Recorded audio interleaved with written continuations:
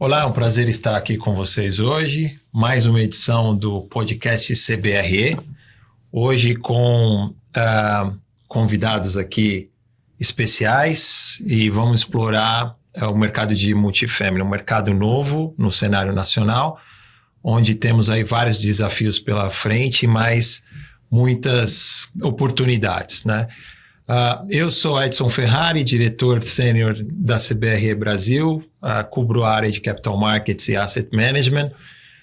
Ao meu lado aqui, Antônio Neto, nosso gerente da área de Capital Markets, e convidamos uma participação especial, a Júlia Ribeiro, jornalista do GRI, que cobriu recentemente o evento sobre multifamily que fizemos aqui na nossa empresa no final de fevereiro, e que tem, acho que, alguns pontos bastante interessantes para explorarmos nesse podcast, né?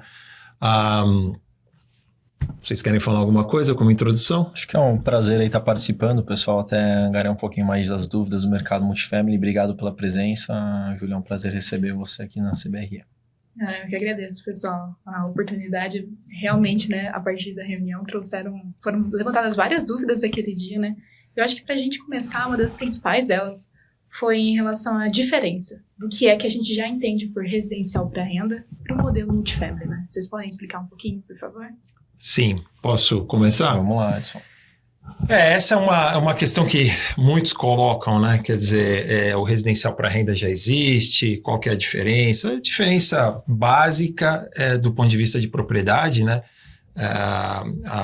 O multifamily, ele tem a propriedade de uma única entidade, né? Seja um fundo, seja um investidor privado, seja algum veículo de aporte de capital. E com isso, né, com essa propriedade única de um ativo inteiro, um prédio, um condomínio, ele tem muito mais poder ali de tomar decisões do ponto de vista de gestão do ativo, de implementar soluções para atender os inquilinos, diferente do residencial para renda comum, que um investidor privado pequeno, né, uma família ou enfim, um investidor individual compra uma unidade dentro de um condomínio e explora a alocação daquela unidade de maneira mais rudimentar, né? Os serviços atrelados estão muito ali básicos, envolvidos naquele ambiente do edifício, né, do condomínio, enquanto que o multifamily não. O multifamily ele já pensa no inquilino como uma ponta muito importante ali da operação em que ele tem que atender. Então, ele provê muito mais serviços, né? Lavanderia, serviço de concierge, né? Limpeza, enfim, correspondência, às vezes supermercado. Então, a experiência do usuário é muito mais completa, e aí isso é que demonstra, dentre outros fatores também, né? Como, por exemplo, até a parte financeira, mas isso traz uma vantagem muito grande do usuário. Antônio, quer complementar com alguma coisa? Acho que o Edson tocou no ponto principal, que é o controle da gestão aí do ativo, né? E todo brasileiro aí que já fez parte aí de uma assembleia de condomínio sabe como é desafiador, às vezes, manter aquele imóvel, aquele edifício atualizado, bem administrado. Então, ele surge realmente com esse controle de gestão, onde um proprietário toma todas essas decisões estratégicas para o ativo, mantém o ativo mais vivo, de certa forma, menos deteriorado com o tempo, né, e promove um serviço de mais qualidade para o usuário final. Acho que isso você tem o aspecto do proprietário. Eu acho que é legal lembrar que do aspecto do usuário, né, você passa a ter um público onde ele também quer a praticidade de vida, né? E ele vai estar interessado justamente em não mobilizar o capital para ter o recurso dele, o ativo imobiliário, mas ele vai mobilizar talvez o capital para pagar um aluguel mensal que seja mais adequado conforme o momento dele de vida e até ter mais dinâmica aí conforme as mudanças que a família, os jovens estiverem enfrentando no decorrer dos anos. Legal, é uma mudança mesmo. E o que a gente pode esperar, então, né, para a tese multifamily aqui no Brasil, né, para os próximos 5 anos? Eu acho que assim, para sair do óbvio, né, vai crescer bastante. Eu acho que a gente tem um cenário, apesar de todo o desafio que a gente vem passando aqui nas últimas semanas com essa instabilidade econômica, eu acho que de longo prazo a gente tem um cenário de juros mais baixos e isso vai ser uma alavanca para esse setor, né? Por quê? Porque o residencial, o custo de produção, né, tem subido bastante, não só o residencial, o comercial também, mas o custo na construção civil aumentou bastante e o aluguel muitas vezes não consegue acompanhar. No caso do multifamily, por ser um mercado novo, é claro que ele tem que ter competitividade, tem que atrair os inquilinos para a experiência. Então, no começo, a gente tem esse desafio, né, de fazer com que essa conta feche, né, o aluguel seja suficiente para dar o retorno para o investidor, num cenário onde tem a inflação ainda incomodando, né, e os custos de construção, como eu comentei, altos. Mas, por ser um mercado que tem um potencial de demanda muito grande, né, acho que a gente vai falar aqui um pouquinho do mercado americano, que é talvez o nosso maior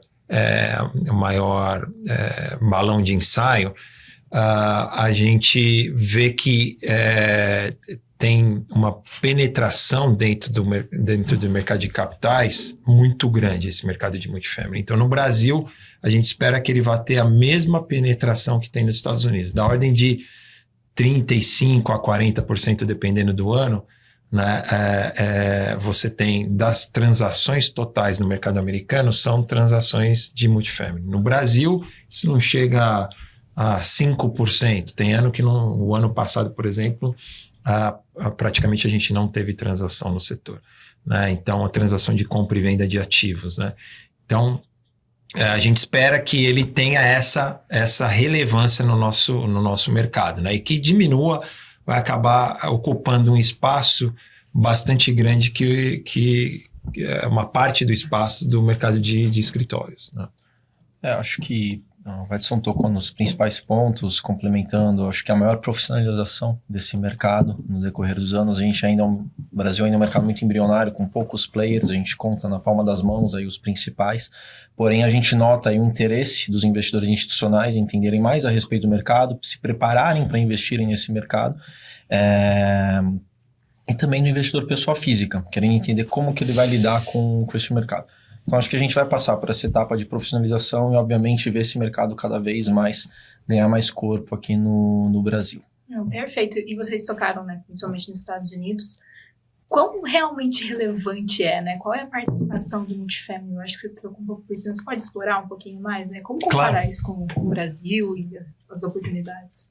No mercado americano, né, a gente, na verdade, tem uma situação talvez um pouco diferente do histórico nos últimos 2 anos por conta dos juros mais altos lá nos Estados Unidos.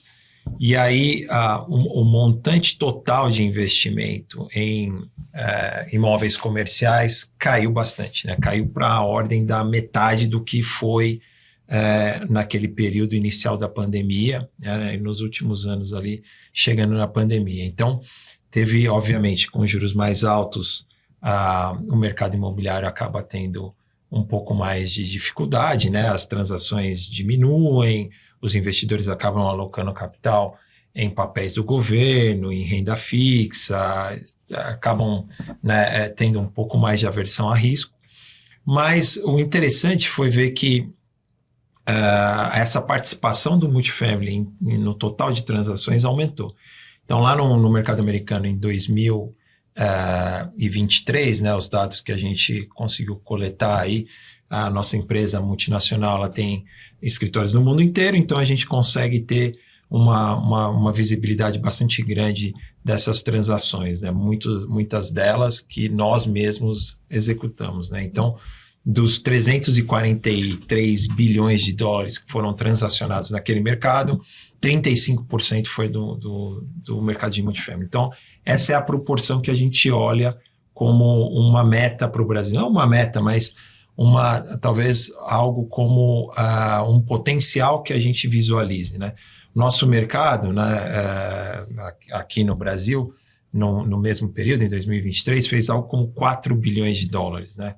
Da ordem de 20 bilhões de reais. Então, é muito menor, né? Estamos falando de 1% daquele mercado, pouco mais de 1% do mercado americano.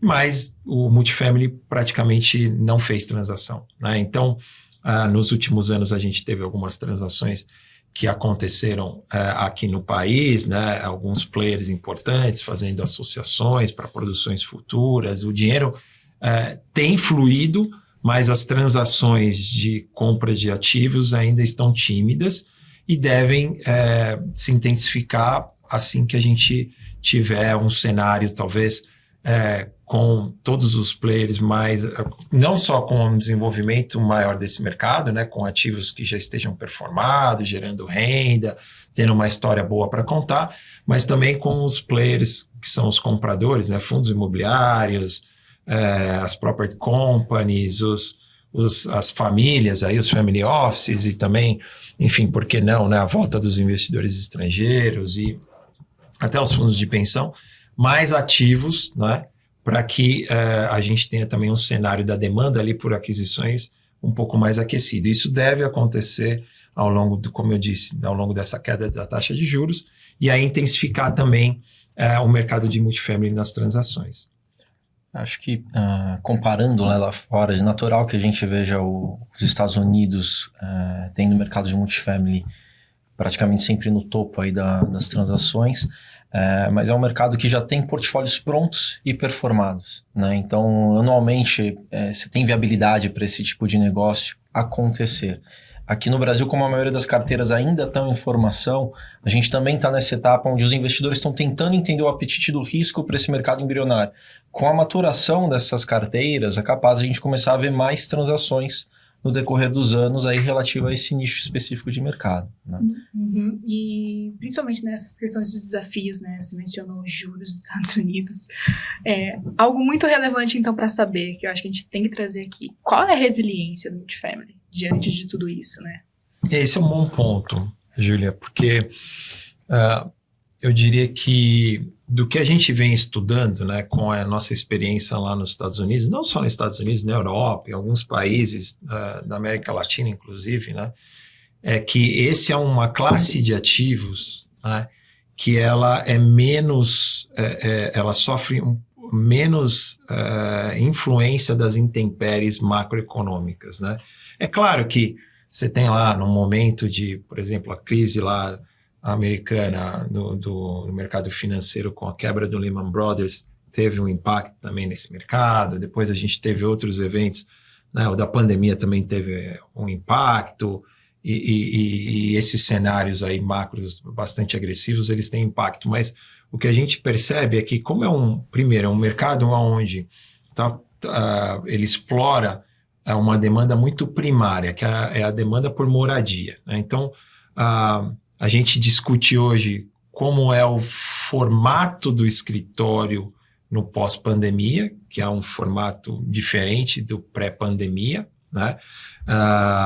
Mas também tem um formato talvez diferente do uso da residência no pós-pandemia, mas basicamente a pessoa tem que morar e acabou, ponto final, né? Você vai ter que ter um espaço melhor ali para quando ela estiver trabalhando de casa, um espaço melhor para, né, para que as pessoas convivam com diferentes cenários, né, recebendo entregas, tendo que, enfim, ensinar as crianças a operar, né, estudar online, ou etc., ou ensino à distância, que ficou mais apregoado depois né, da pandemia, mas ele tem que morar. Então, essa pergunta acaba remetendo a esse uso fundamental do imóvel, em que você, talvez a classe dos ativos mude um pouco, né, o formato, mas a demanda está ali muito intensa, mostrando a resiliência, né? Então, enquanto outros mercados tiveram um solavanco, né, o mercado de office, por exemplo, aqui no Brasil teve um solavanco, lá nos Estados Unidos teve um solavanco, aqui já mudou, já voltou muito, já está bem forte, e lá ainda, em muitos mercados importantes ainda não. Mas o mercado de multifamily, apesar de ter tido ali aquele suspiro inicial, naquele momento de maior incerteza, ele voltou para os patamares originais de vacância, né, do pré-pandemia. E os preços até subiram mais do que haviam subido até então. Então, esse talvez seja um dos principais fatores para que, dentro de uma alocação e diversificação de ativos de um investidor que busque explorar, né, a maior parte dos segmentos possível, com menor risco, né, balanceando a sua carteira naqueles ativos em que tem uma performance melhor, obviamente o multifamily tem que estar presente, né? Claro, é uma classe de ativos que ainda tem muito pouco no Brasil, não é fácil alocar.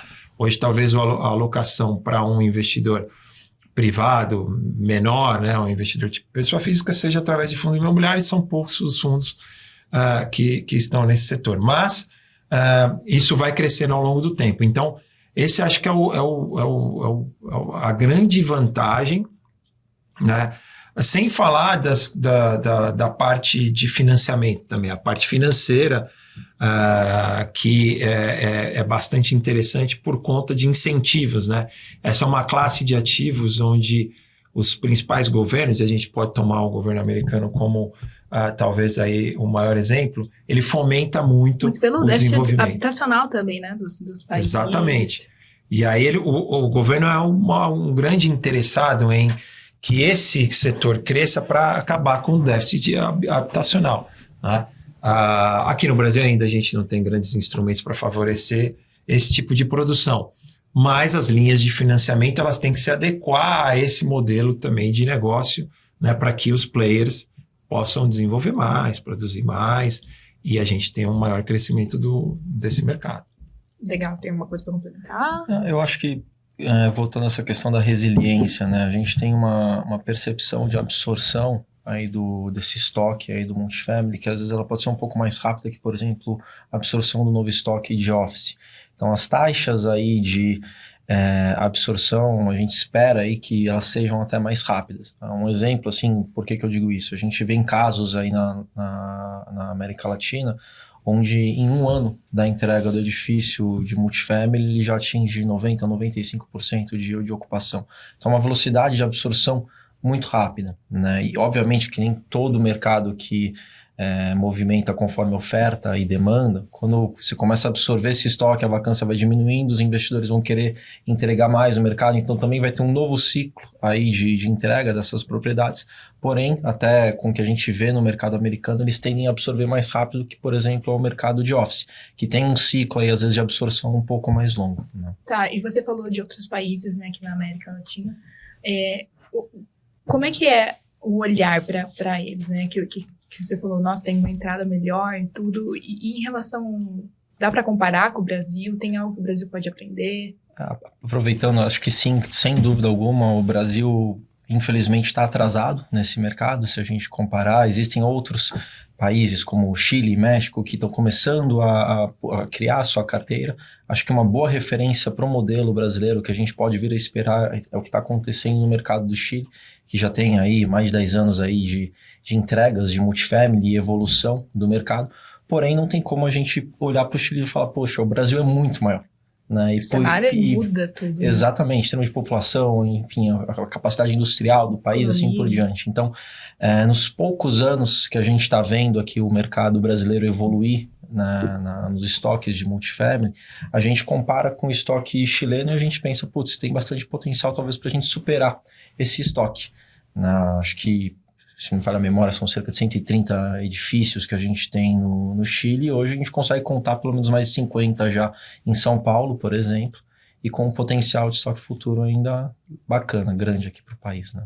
Lá certamente teve uma influência da estabilidade econômica, né? O Chile viveu um período muito favorável aí nos últimos anos, agora também está aí, né, numa dificuldade como os demais países latino-americanos, mas com juros mais palatáveis, que ajudam o desenvolvimento do setor imobiliário de maneira geral e o de multifamily. Então, eu acho que o Brasil está caminhando para também, e aí por conta disso que o Antônio comentou, né, com o tamanho de população, o tamanho do PIB, o tamanho da nossa indústria imobiliária, né, a diferença, né, se a gente compara os mercados, por exemplo, mercados mais desenvolvidos, né, o mercado de escritórios, o nosso é muito maior, né, tem tem uma quantidade de edifícios e uma quantidade de empresas ocupando muito maior, a gente também, né, tira disso que esse mercado vai ser bem maior. Então, eu acho que é algo para a gente olhar e se espelhar. Não é só, eu acho que o mercado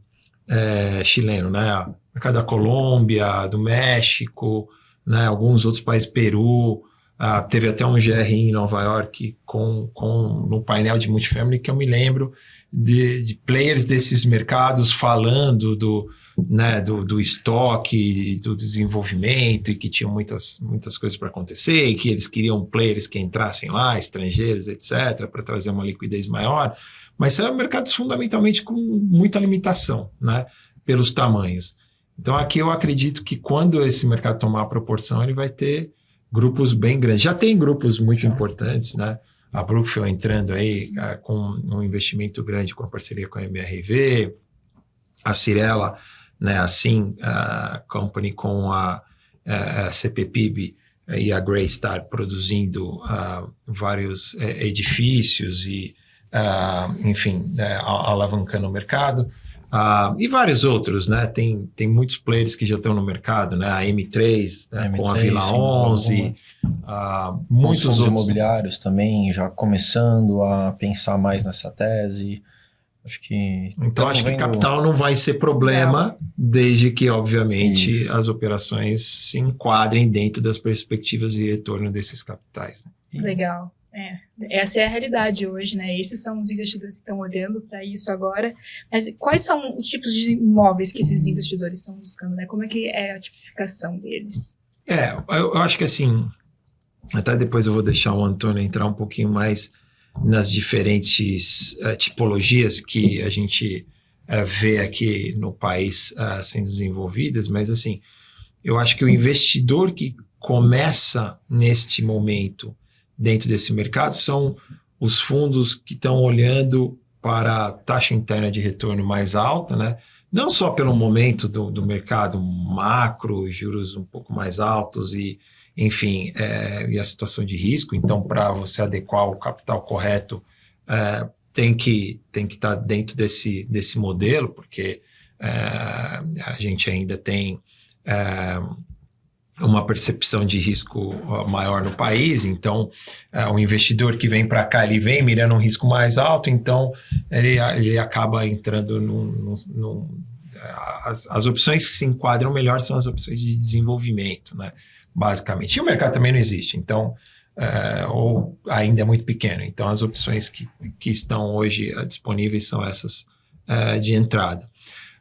E aí a gente está falando desses grupos estrangeiros ou até grupos locais que estão mirando taxas internas altas de retorno, mas que depois estão pensando de um outro modelo de investidor que vai comprar, né, a partir do momento da estabilidade do cash flow. Então, eles vêm aqui, compram um terreno, desenvolvem, alugam, estabilizam cash flow e vendem para alguém que seria o comprador final. Talvez um fundo imobiliário, talvez um family office, talvez um fundo de pensão, talvez um endowment estrangeiro. Então, esse é o ciclo. Então, hoje, o que a gente vê de investidores são investidores que estão olhando para um momento, para um fluxo ali de 5, 7 anos no máximo de período, de holding period, né, de manutenção do ativo dentro do portfólio, para aí depois sim alguém compre isso para um período mais longo, né? Sem dúvida. Entrando até nessa questão da estratégia, não só o ciclo, mas cada investidor, ele traz uma proposta de negócio diferente, apesar do mercado ser multifamily. Por exemplo, existem investidores que querem estar trabalhando com greenfield, eles querem fazer o projeto do zero, conceber aquilo pensado do zero. Outros investidores já estão trazendo uma renovação para o estoque que já existe na cidade. Por exemplo, buscando ativos para retrofit, para tentar reposicionar imóveis que estavam parados de alguma forma e trazendo um uso diferente. E até promovendo aí a mudança de repente um bairro, um ambiente que não tinha movimentação, você passa a ter aí alguns edifícios residenciais que já trazem outro público, né? Não só isso, cada um deles também pensando no perfil do inquilino, né, que eles vão querer ter, qual que é a idade que eles vão trabalhar, prazo de locação para cada um dos contratos. A gente tem o debate aí do long stay, o short stay, até mesmo o que define cada uma dessas tipologias, até mesmo para ser um mercado que fique bem distinto do mercado de hotelaria, né? E não se confundir um com o outro. Atrelado a isso, claro, cada um deles com um ciclo, um timing, às vezes, de maturação diferente e velocidade de absorção diferentes também, dependendo até do edifício. Se está fazendo um retrofit, você tem limitação, você não consegue, às vezes, colocar de cara uma unidade de 25 metros quadrados bem pensada, né? E por que tem que ser 25 metros quadrados, né? O incorporador, o investidor que está por trás disso daí, ele vai ter que pensar de forma muito criativa para adaptar aquele estoque. Então, são aspectos legais dessa tese, né, bacana assim, para o mercado, que surgem com cada tese aí de um investidor específico. Essas teses legais são desafios para o mercado hoje? Em que sentido? Essa burocracia. Sim. No Brasil, sem dúvida alguma, a gente tem desafios quanto à burocracia, mas acho que o principal é até a adequação de como aprovar determinados projetos. Sim. Você entra no mérito do retrofit, a gente sabe que às vezes é muito difícil você readequar um imóvel, então nem sempre um ativo consegue ser retrofitado.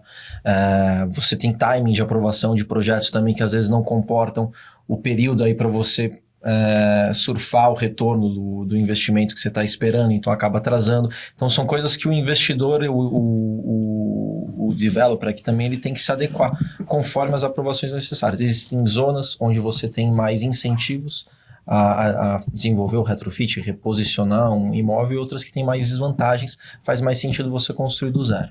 Eu vou falar um pouquinho mais de tipologia, que eu acho que o que interessa aqui a gente entender, né, para o telespectador é o seguinte, né?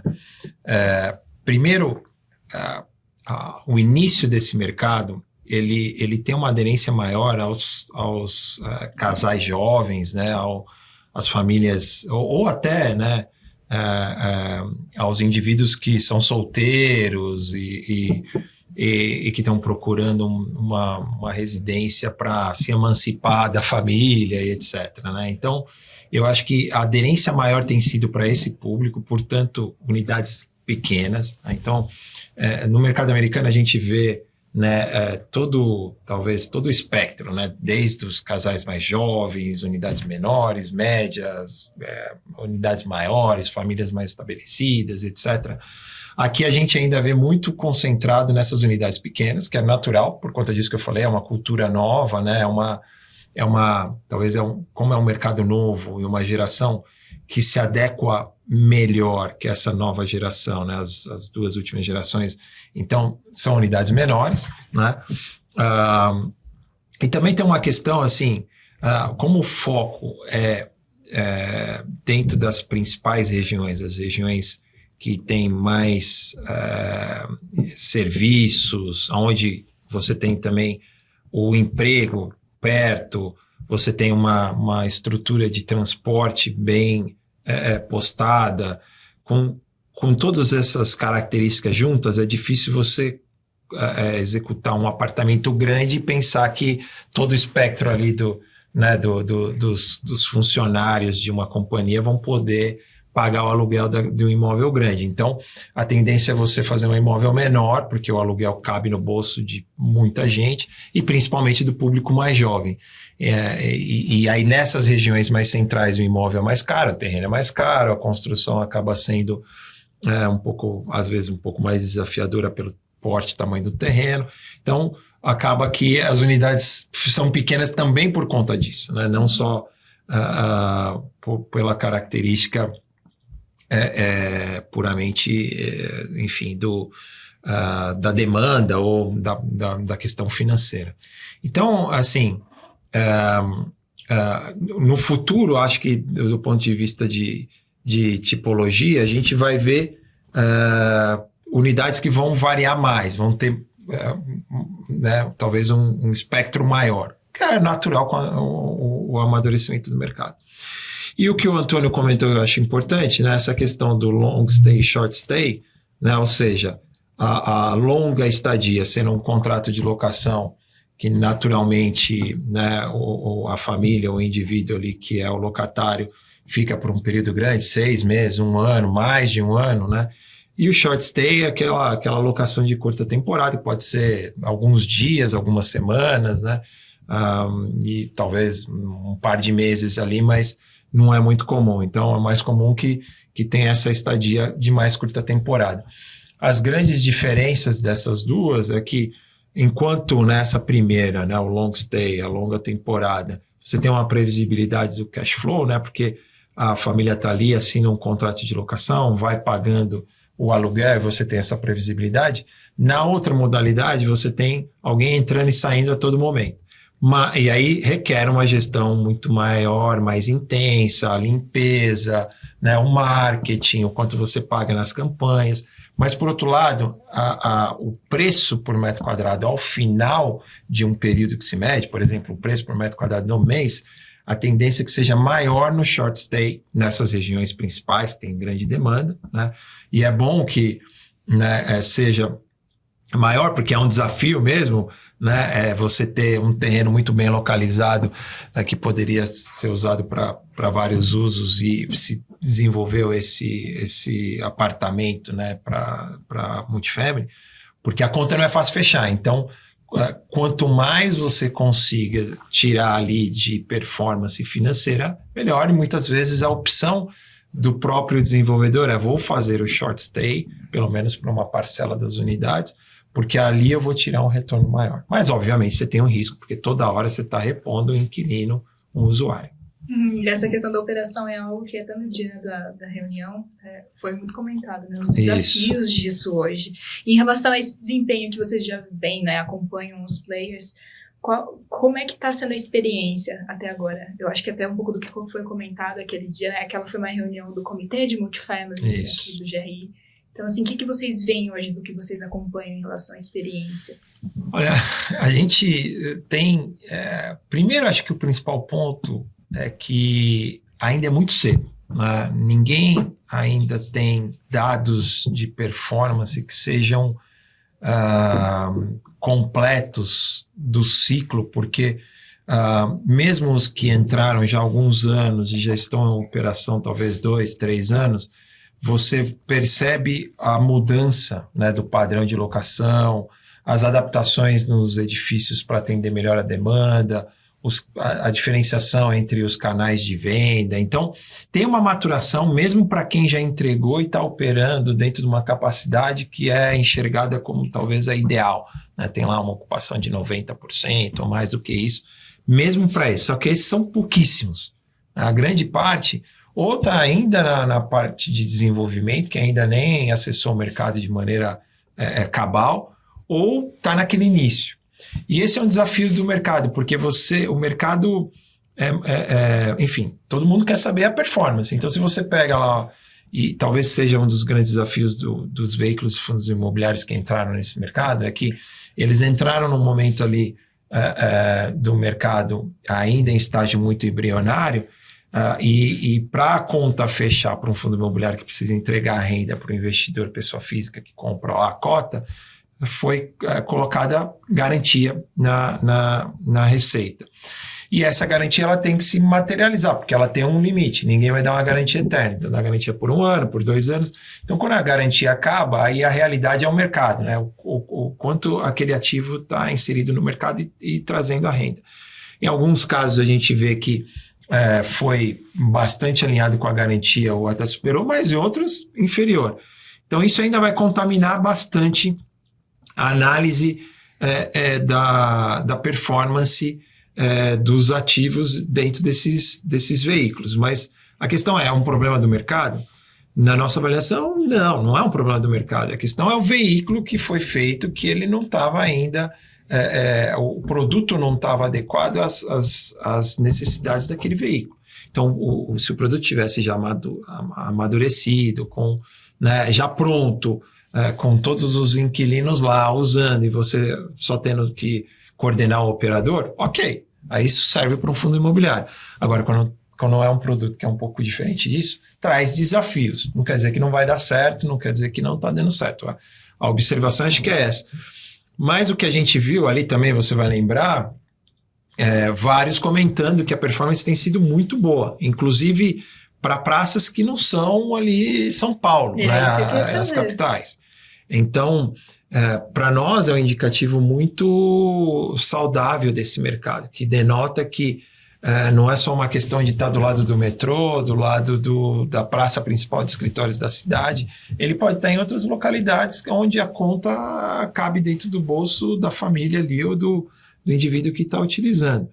Então, acho que é muito cedo para falar de retorno, mas a gente tem experiências diversas e os números dizem o seguinte: a conta ela não é fácil de fechar, mas ela tem fechado para muita gente. Se não fosse isso, a gente não teria tantos, né, investidores entrando nesse mercado. Eu acho que os desafios a gente vai encontrar ainda muito ao longo dos próximos anos, mas o que a gente também tem notado é que da ordem de 20% a 30% de prêmio, né, se obtém numa alocação de multifamily comparado a um ativo na mesma região, com o mesmo porte, mesmo padrão, que é de um investidor pessoa física, por exemplo, um apartamento, que ele está simplesmente alugando apartamento do jeito que está, contra alguém que está lá com um prédio de multifamily, com serviços e tudo. Então,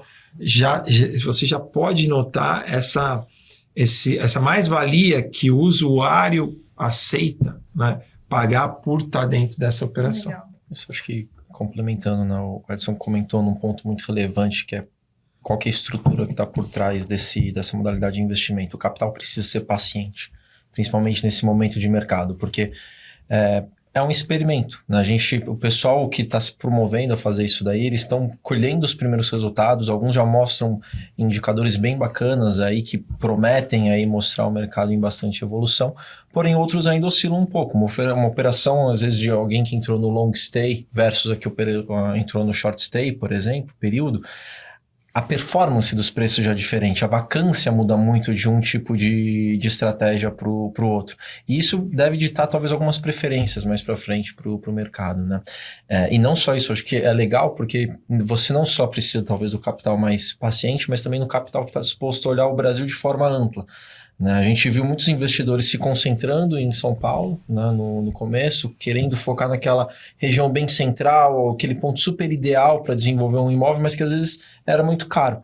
Outros investidores, como a própria Brookfield, optaram por expandir aí para ir em cidades apartadas, né, de São Paulo, explorando outros horizontes e já mostrando talvez alguns bons resultados nesse começo. E não é só a Brookfield, né? A gente, com todo o networking que a gente tem, a gente conhece outros players, às vezes um pouco menores, que estão trabalhando essas teses de multifamily fora de São Paulo e estão angariando os primeiros resultados. Cada um se adaptando ao momento de mercado, né? E trazendo esse conceito da locação residencial mais estruturada, né? Mais institucionalizada aí para a respectiva cidade, assim por diante. Né? E quando vocês falam fora de São Paulo, que lugares são esses?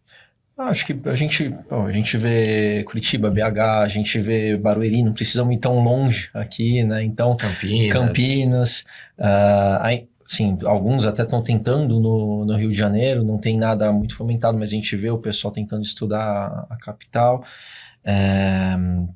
Enfim, tem veículos indo para o Nordeste também, a gente já teve investidores interessados em montar alguma coisa para a cidade deles respectiva, né? Seja na Bahia, Sergipe, assim por diante, né? Então, é um mercado que está provocando várias localidades aqui no país. É natural que ele comece dentro de um polo ali, né? O powerhouse do país é a cidade de São Paulo, então é natural que comece ali e comece a espraiar, né? Mas eu acho que principalmente esse capital institucional, né, ele entra exatamente ali, que é o mercado principal, e depois vai para os outros mercados. Eu acho que os outros players que podem surgir, enfim, desde family offices, enfim, dentro dessas regiões, Nordeste, Sul, Centro-Oeste, que eles podem começar a desenvolver ativos dentro desse segmento, nessas localidades, aí depois vir um capital institucional para eventualmente comprar, se associar e fazer, mas acho que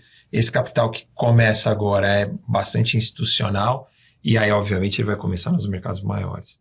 Tem um ponto que eu acho que vale a gente trazer também sobre essa questão da transformação do multifamily, que eu acho que é muito relevante e vale a pena para quem está ouvindo, que eu comentei aqui, né? A compra do terreno, o desenvolvimento do produto, depois, né, a locação do produto e a estabilidade do cash flow, né? Você tem essa sequência. E isso leva muito tempo. Esse né? ciclo, né? O ciclo é muito longo, comprar o terreno, às vezes, formar um terreno leva muito tempo, aprovar o projeto, então nem se fala, são alguns anos, né? Talvez 1 ou mais anos aqui para aprovar dentro do município de São Paulo, e aí construir talvez 2 anos, então assim, leva muito tempo, e para um mercado tão jovem, você vê o retorno, você está olhando lá para frente. A alternativa disso que tem se encaixado, não é tão simples, mas tem que se encaixado bem, é justamente a conversão do uso de escritórios para o residencial do tipo multifamily. Por que isso se enquadra, né? Vou citar aqui algumas razões, o porquê ele se enquadra bem nessa modalidade. Primeiro, o escritório é sempre feito onde você tem uma densidade populacional grande, né? Serviços e transporte. Então, os escritórios que acabam se tornando vintage, né? Antigos, com especificações técnicas já ultrapassadas, muitas vezes, para o uso do escritório, para você reformar ele e transformar ele num escritório moderno, é praticamente impossível. E nesse período de desafio de escritórios, onde foi testado o novo modelo, etc., aí fica mais longe ainda, porque você não consegue pegar um edifício antigo, de laje pequena, pé direito baixo, sem vaga de estacionamento, e transformar ele num bom escritório para essa nova demanda que as empresas estão tendo. Pelo contrário, você consegue, se ele está dentro de uma boa localização, transformar em apartamentos. E vários dos nossos clientes têm feito coisas interessantes. Então, a aprovação é mais rápida, a conversão de uso com reforma é muito mais rápido ainda. Então, ao invés de comprar um terreno, claro, aí você tem que achar um ativo que, primeiro, ele tem um preço adequado, porque a reforma para o residencial, ela não é barata, né? Não é só ir lá e falar, tá bom, eu vou fazer uma série de paredes aqui. Tem a questão de hidráulica, tem a questão de elétrica, tem a questão, né, de como você enquadra os apartamentos na laje. Uma laje quadrada que é boa para o escritório não é boa para o residencial, é mais retangular. Tem uma infinidade de características, mas esse é um ponto bom, porque assim, esses imóveis de escritórios antigos, né, que eu chamei aqui de vintage, que acabam ficando muito tempo ociosos, né, eles ficaram ociosos e estão mirando lá uma locação às vezes irrisória, etc. Na conversão de uso, ele pode ter uma saída muito boa, né? E não tem outro caminho, quer dizer, o caminho para uma série de prédios que estão lá sem essa performance seria um investidor que é proprietário deles em algum momento não consegue alugar, para de pagar IPTU, também é ruim para a municipalidade, para de tomar conta do imóvel, é ruim para a comunidade. Então, fomentar isso é algo interessante. Não é simples, como eu disse, porque os preços, né, precisam ser bastante, né, assim, mais reduzidos para que o investidor que compre, transforme, coloque um capital e depois alugue, mas a gente já fez várias operações nesse modelo. Então, uma parte dos prédios de escritórios que estão ficando obsoletos certamente vai ser direcionada para esse uso. A gente já tem visto isso acontecer e isso pode ser ainda mais intensificado nos próximos anos. Legal esse movimento, então, que vocês estão vendo. E para a gente fazer, então, um resumão aqui. Vocês conseguem juntar, acho que, uns bullet points? Sim. Eu acho que eu começaria primeiro com o fator de resiliência desse mercado, né? Quer dizer, é um mercado que se provou menos, né, exposto às intempéries macroeconômicas, então deveria estar dentro das carteiras de todos os investidores interessados aí em ter renda com o mercado, renda, né, regular com a exploração de locação.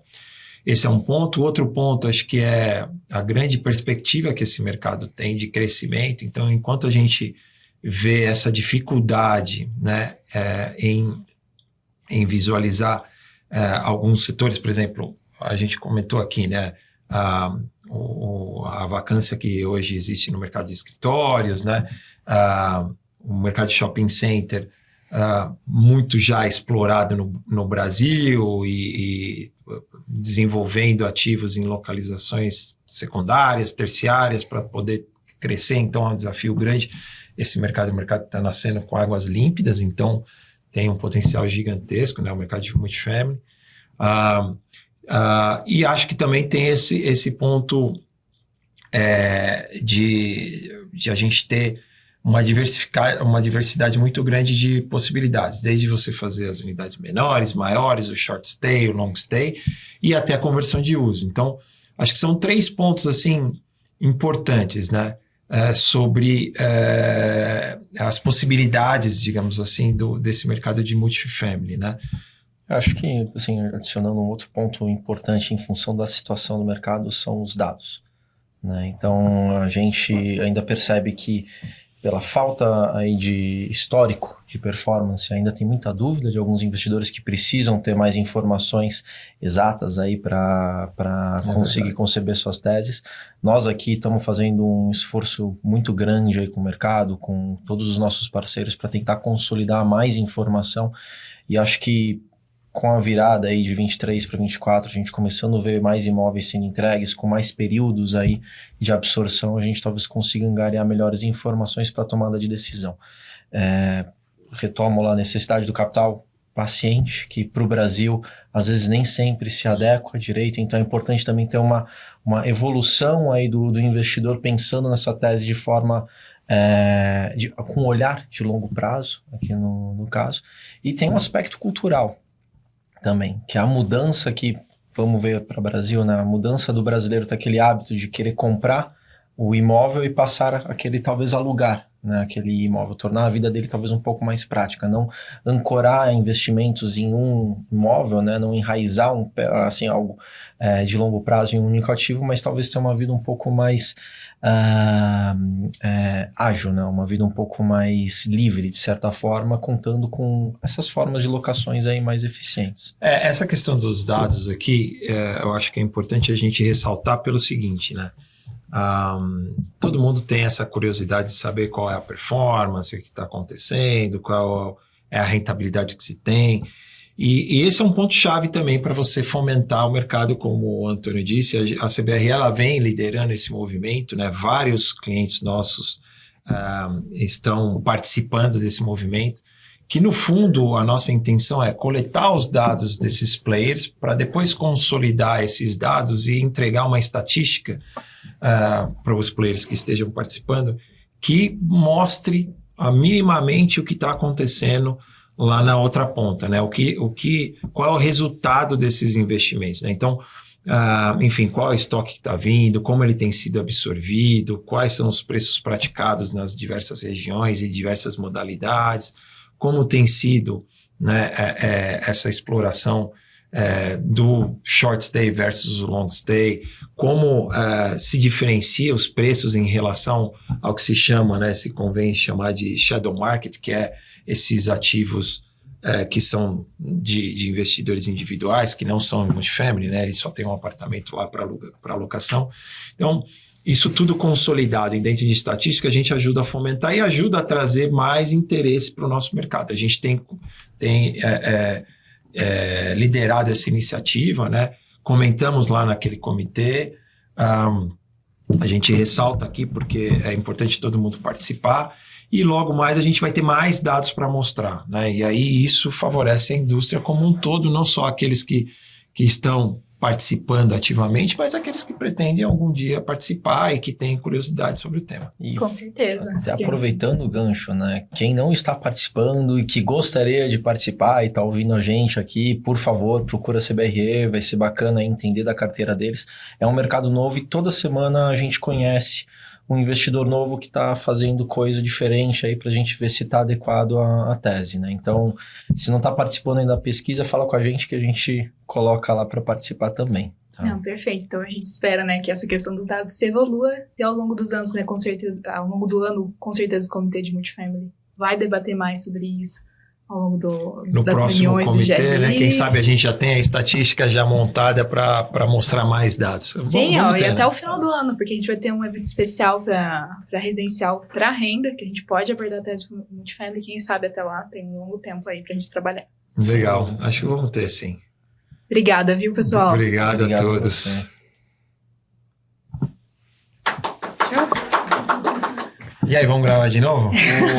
Parou de contar Que aqui aula. o negócio. Então. Não sei até quando que foi. Não, faz tempo. Acho que nem soltou. Deu 50 minutos. eu tava... Caramba, falamos